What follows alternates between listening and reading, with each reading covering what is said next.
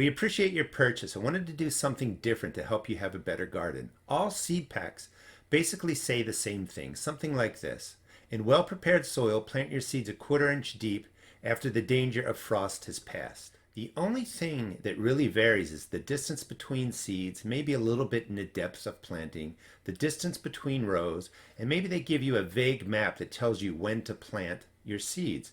This video does more than that. I'm going to give you about a 5-minute overview on planting and tending seeds in the garden so they germinate, grow, and get off to a great start. First, let me show you how to direct sow the seeds in the ground or a container using the flat to my right. And then I'm going to go over in more detail all the different steps that you really need to follow to have a great garden this year. So it's really more than just putting a seed in the ground and letting it go. I want to show you how to take care of the seeds so you have a great gardening experience. Herbs are wonderful to grow in your garden. They can be grown in containers, they can be grown in the ground. This is oregano.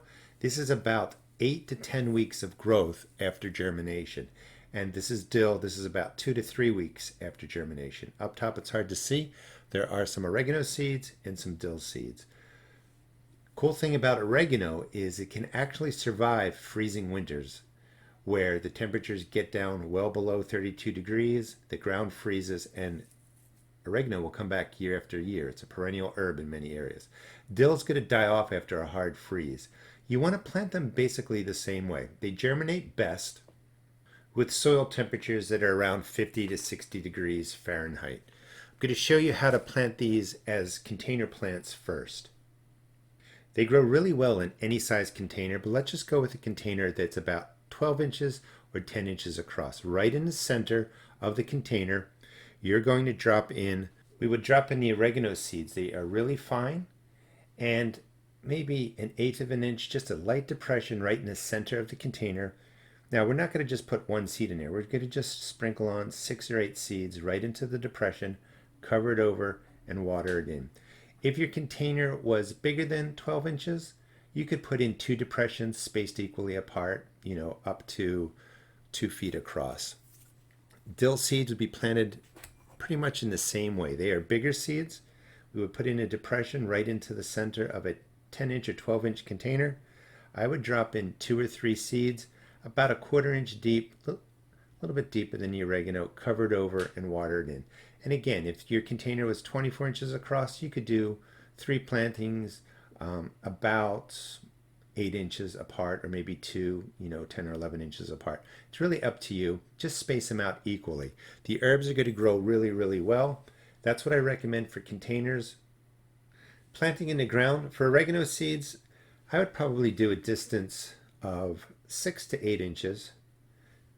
Same exact way that I showed you to drop the seeds for containers. You don't need a lot of oregano, and you may want to do maybe 3 plants, 6 plants, something like that, and that will be plenty. Again, remember, oregano is going to come back year after year in many of your zones because it is a perennial herb. It can freeze, it dies back, and it comes back in the spring. For the dill, pretty much the same thing. I would do 6 inches. I would put in my first succession of dill as soon as the soil warms. When the soil temperatures are about 60 degrees, you can plant your seeds when the day temperatures are staying in the 60s and 70s. That's when the first wave of dill can go out. And I would drop in 2 seeds into each planting hole, about a quarter-inch deep. And then after they germinate, 2 to 3 weeks later, I would put in another row. The spacing between rows, I would just go with 6 to 12 inches. Dill will flower very quickly in the summer. So it's growing, it's small. As it warms up, sometimes it flowers pretty quickly. By putting in fresh seed every 2 weeks, you're going to have fresh dill throughout the season. If you try and keep just one plant going, the plant changes a little bit. It's trying to flower, it's trying to produce seeds. So dill, I like to plant in succession every 2 weeks after germination. The oregano, you get started, you cut it back, you use it, and you just use the same plants over and over again throughout the season. Oregano will look like this. When it's mature, dill will starting to look like this, but it's going to get to be easily 12 inches to 24 inches tall, depending on what variety you're growing. Wonderful herbs to add into the garden. Basically plant them the same way, and just remember again, oregano comes back year after year. Dill you want to plant in successions every 2 weeks after germination. Please check out the rest of the video for more tips on planting seeds in your garden. Using the seed flat to my right, I pretty much showed you how to plant seeds in the ground or in containers. It's really not a lot of information that you find on the back of a seed pack.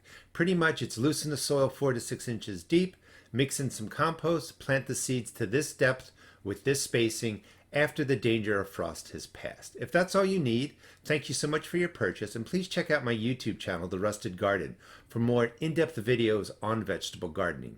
If you want to stick around for about 5 more minutes, I want to go over the information that I would have found most valuable when I first started vegetable gardening. I want to talk about frost dates and soil temperatures, basic watering and fertilizing, and basic information on starting your seeds indoors. You may want to start some seeds indoors, grow transplants, and get them out into the ground. I think this information will help you be extremely successful in your vegetable garden. Frost dates are really important because they really tell you when you can start your garden. Cool weather crops love the cooler weather. They can take a frost. Your warm weather crops cannot take a frost. They're tender, so if a frost comes, it's going to kill them off. And if you're lucky enough, you can grow the cool weather crops again in the fall. So the first thing you have to do is figure out when your last frost date is and when your first frost date is. And you simply put in where you're at, followed by the words last frost date, or where you're at, followed by the words first frost date.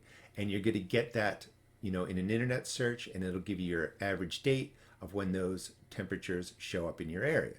Once you have those dates, you can start planting your cool weather crops before the frost is completely gone, because it can take the frost. You want to plant your warm weather crops well after the frost date so they're not damaged. And then in the fall, you can start your cool weather crops while it's still warm, but they can grow into that first frost date. They can take a frost. So the frost dates are really going to give you an idea of how to plant your garden. So I know it gets confusing. So the short version is cool crops in the spring when frost is still around, warm crops later spring and summer when frost is gone, and then you can plant the cool crops again in the fall when the frost is returning. So now let's talk about soil temperature and how that affects your cool crops and your warm crops. Soil temperature can be confusing, but it's really important. And we're just talking about the top 4 inches of the soil. That's where you're going to plant your seeds, and you want the right soil temperature so that your seeds are germinating in anywhere from 5, to 10 days. If you put seeds into the ground when it's too cold, when they're put in the ground at a temperature they don't like, they're going to sit there. And if they're sitting there 2 weeks or 3 weeks, there's a greater risk for them to get a mold or a fungus, or to basically just rot and die. So timing is really, really important. Your cool weather crops like soil temperature that's 40 or 50 degrees. Your warm weather crops like soil temperature that's in the upper 60s, 70 degrees. How do you figure that out? Again, you don't have to go measure the soil temperature, and there's no place to look it up online. You're just looking for the nights to start warming up. So early spring, later winter, when the temperatures at night are getting into the 40 or 50 degrees, you're getting 50, 60 degree days with some rain.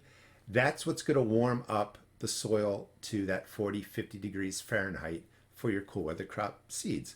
Same thing for the warm weather crops. As you get into spring or later spring, when the nights are getting into the 50s and 60 degrees, the day temperatures are getting into the 70s, you're getting warmer rains. That top 4 inches is going to get up to 60, 70 degrees Fahrenheit. Perfect time to plant your warm weather crop seeds. And you can just look at a historical weather map and just see, when the nights are beginning to warm up and the days are beginning to warm up. Now, why is this important? If you put a pea seed, for instance, into the ground when the soil temperature is in the upper 30s or 40s, the pea seed may sit there. It's not going to germinate. They're really susceptible to fungus and molds, and they're going to die off. If you put a warm weather crop like tomato or pepper seeds into the ground when the ground temperature is 40 or 50 degrees, those seeds are just going to sit there. So you're not really getting a jump on the season, and you're not really saving any time. They may sit there 3 weeks or 4 weeks until the soil temperature gets into the 60s and 70s, and then they're going to germinate. So there's no rush to get your seeds out and into the ground. You want to get them out there when the soil temperature is right for the cool weather crops or the warm weather crops. Please check out the video description for more detailed information on the topics that I'm talking about. Watering and fertilizing covers an entire year in the garden, but I just want to focus on what do you need to do at the beginning when you're putting the seeds into the ground. If you have compost, you want to put down 1 to 2 inches of compost across your bed and work it into the top 4 to 6 inches of the soil. You want that top 6 inches to 12 inches to be loose, especially if you're growing carrots or other root crops. You can also purchase organic granular fertilizer. It comes in pelleted form, and you would just follow the instructions, cover the growing area, and mix that into the surface. That will set up your bed.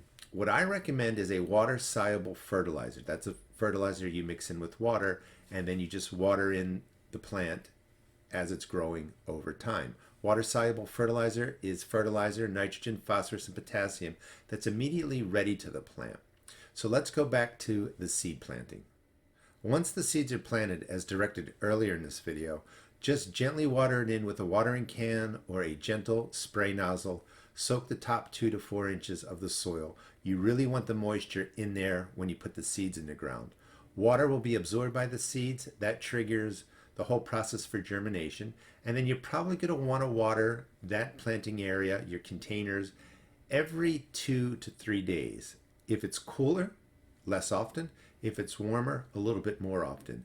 But it's really important that you just manage the water well for the first really 2 weeks after you put the seeds in the ground. You want to make sure they get what they need with respect to water, germinate, set up the root system, and then sprout or germinate. Seeds will live off of the nitrogen, phosphorus, and potassium that are already in the ground when they germinate, and they also live off the seed coat. So about 2 weeks after germination, you can mix any water-soluble fertilizer into your gallon watering can and just give your plants a drink. After that, about once a month, give them some water-soluble fertilizer, and that will keep your seed starch growing well, and that will help establish wonderful plants for the rest of the season.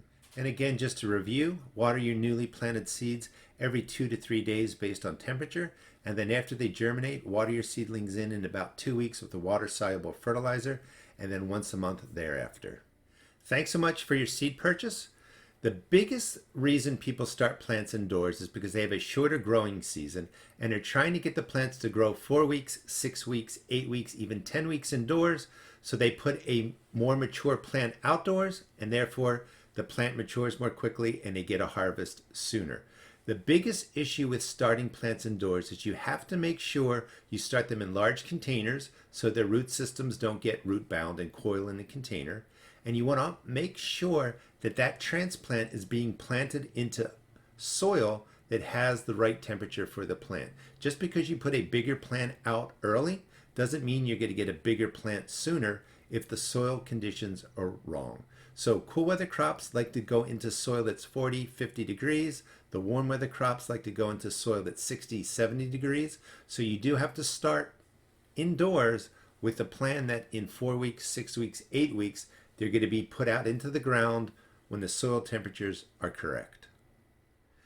Thanks so much for purchasing the seeds. I hope this video gives you more information to help you be successful in the garden. Starting seeds isn't difficult, but there are a lot of nuances, and I just wanted to cover them in a little bit more detail than saying put the seeds in the ground 1/4 inch deep, 6 inches apart. Please check out the video description for more details on all the different things we talked about. I hope you have a wonderful gardening season, and please subscribe. My name is Gary Plarchuk. I am the content creator of The Rusted Garden, and I have over 1,500 garden videos waiting on YouTube to help you out.